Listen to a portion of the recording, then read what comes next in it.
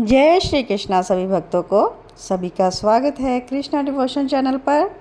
और आप सभी इस चैनल के माध्यम से कृष्ण चरित अमृतम की कथा श्रवण कर रहे हैं।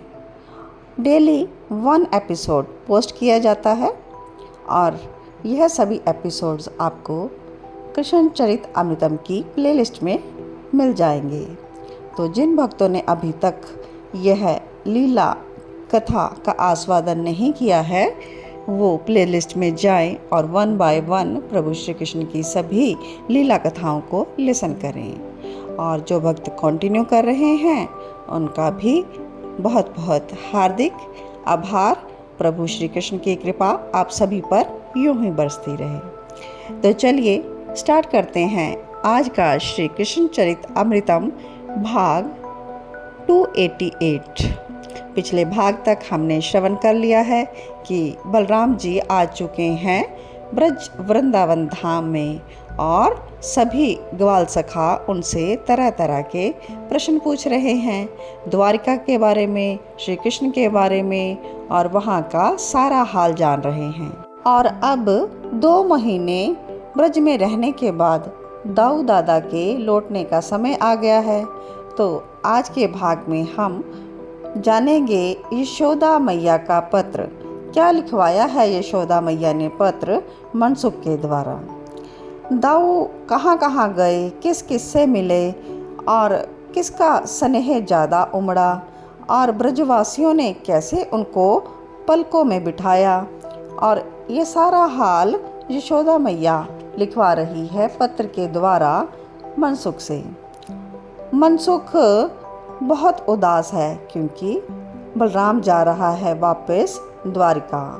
उसका मन उदास है, पर दूसरी तरफ उसे ये भी लग रहा है कि कन्हैया जल्दी ही मिलने वाला है। अब हम उसे देखेंगे, वो भी हमसे मिलने के लिए व्याकुल है। और यशोदा मैया कहती है कि आज जाकर पत्र पूरा हुआ है क्योंकि कल बलराम चले जाएंगे द्वारिका के लिए। मैंने माखन निकाल कर रख दिया है और मटकी में दूसरी मटकी दाऊ के लिए है और रोहिणी के लिए है। एक मटकी अपनी बहुओं के लिए भी है। इस तरह मैया ने माखन सबको भेजा। गुंजा की माला बरसाने से श्री राधा जी ने भिजवाई रुक्मिणी आदियों के लिए। अश्रुओं को बहाते हुए दाऊ दादा ना चाहने पर भी द्वारका के लिए चले गए थे। अब आगे यशोदा मैया के द्वारा लिखित पत्र है रोहिणी जी को। रोहिणी, मंगल हो, द्वारका में सब कुशल होंगे। यहाँ तो 2 महीने कैसे बीत गए पता ही नहीं चला। दाऊ आया, 2 महीने के लिए रहा। पूरा वृंदावन आनंदित हो उठा था। गोप गोपियों की भीड़ लगी रहती थी नंदालया में, जैसे पहले लगती थी ना ऐसे ही। वृंदावन की गौएं बहुत प्रसन्न थी, वृक्ष आदि तक प्रसन्न थे। गोप गोपी की तो बात ही क्या करूं, पर मात्र 2 महीने ऐसा रहा, अब फिर से वही उदासी है। गंभीर है दाऊ, लाला होता तो थोड़ा चंचल, बस बोलता ही रहता, पर ये गंभीर है। बहुत हंसी का प्रसंग हो तब थोड़ा सा मुस्कुरा देता है, पर खाने में भी ये अपने अनुज पर ही गया है। खाता ही नहीं, बस सुबह ही निकल पड़ता था और रात्रि में आता था। मैं भी क्या कहती, 2 महीने के लिए ही तो आया है, सबसे मिल लेगा। सबके यहाँ पर गया दाऊ, हर घर में गया दाऊ, सबकी सुध ली इसने सखाओं से। रोहिणी ये हर समय चिपका ही रहता था। हम वनवासी कुछ भी बोलते, कुछ भी कहते, दाऊ सबकी सुनता था, सबकी बातों का उत्तर देता था और बड़े ही धैर्य से उत्तर देता था। बलराम आ रहे हैं अब द्वारिका। उनकी प्रतीक्षा में रोहिणी माता थी और श्री कृष्ण पल पल काटते हुए बैठे थे द्वारिका में। श्री कृष्ण, मेरा दाऊ क्यों नहीं आ रहा? रोहिणी माता पूछ रही थी। पर इस बार इन्होंने अपनी बैठक ही रोहिणी माँ के महल में बना ली थी और जब भी अवसर मिलता था वहीं बात करते। माता, ब्रज का आनंद द्वारिका में नहीं है ना, एकाएक पूछ लेते थे श्री कृष्ण। तब रोहिणी माता श्री कृष्ण के सिर पर हाथ फेरती कहती, लाला तो चलना वृंदावन, वहीं रहेंगे पहले की तरह। अब तो हिलकियों से रो पड़ते थे कृष्ण। माँ, ये अब संभव नहीं है।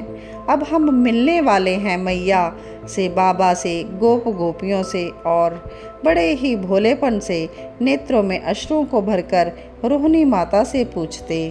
तब रोहिणी माता श्री कृष्ण को अपने हृदय से लगा लेती, हिलकियों से रोते रहते, कहते, माता मेरी राधा कैसी होगी, मेरी राधा मेरे बिना कैसे रहती होगी।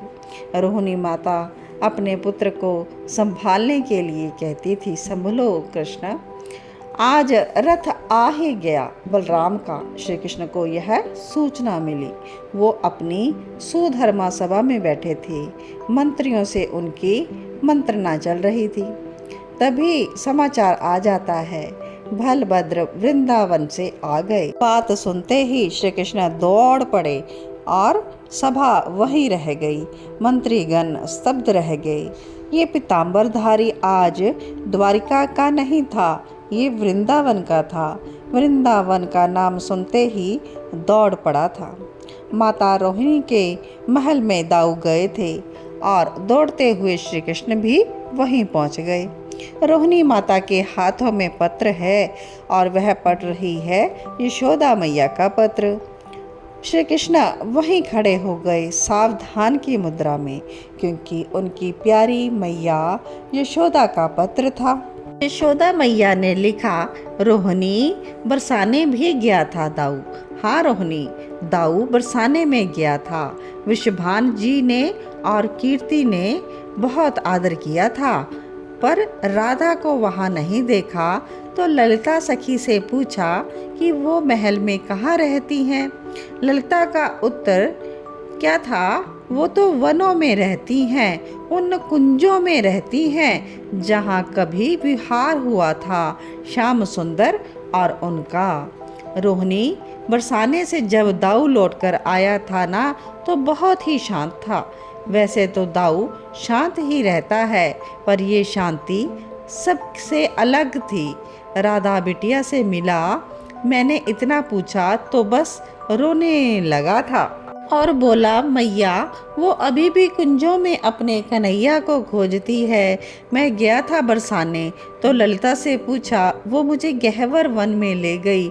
वहाँ बैठी है राधा उन कुंजों में, और कभी हंसती है, कभी एकाएक विरह का उन्माद चढ़ जाता है उन पर। रोहिणी, मुझे दाऊ ने ही बताया कि राधा स्वयं ही हे राधा यह कहकर पुकार रही थी। तुम लोगों को ये बात विचित्र लगती होगी, पर हम वृंदावन वासियों के लिए तो यह सामान्य बात है। यहाँ प्रेम अद्वैत यहाँ सबके साथ ही घटित होता रहता है रोहिणी। बाकी सब ठीक है, मेरे लाला का ध्यान रखना, तुझसे ही कह सकती हूँ। बाकी देवकी से तो अब मेरा बोलना नहीं हुआ, मैं कभी भी मिली नहीं हूँ, मुझे ध्यान नहीं उसका। तू ध्यान रखना, मैंने माखन भेजा है, सबके लिए भेजा है। और हाँ, राधा ने रुक्मिणी आदि के लिए गुंजा की माला भेजी है। हम तो वनवासी लोग हैं और दे ही क्या सकते हैं। और तभी बलराम की नज़र पड़ती है कन्हैया, उन्होंने ध्यान ही नहीं दिया। वो भी यशोदा मैया का पत्र सुनने में मगन हो गए थे, और रोहिणी माता तो स्वयं पढ़ रही थी। पर श्री कृष्ण वो तो मणि मनक्य की कठोर अग्नि में गिर गए। उन्हें देह का भान ही नहीं रह गया। वो वृंदावन मैया, बाबा, गोप गोपी और राधा का उच्चतम प्रेम सुनकर देहातीत हो गए थे। कब वो गिर पड़े किसी को पता भी नहीं चल रहा। बलराम जी ने उठाना चाहा, पर उनकी दशा विचित्र हो गई।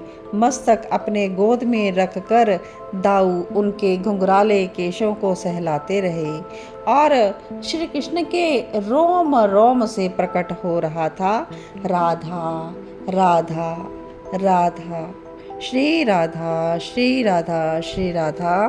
तो आज आपने श्री कृष्ण का अद्भुत प्रेम श्री कृष्ण के रोम रोम से प्रकट हुआ, आज के भाग में भी श्रवण किया।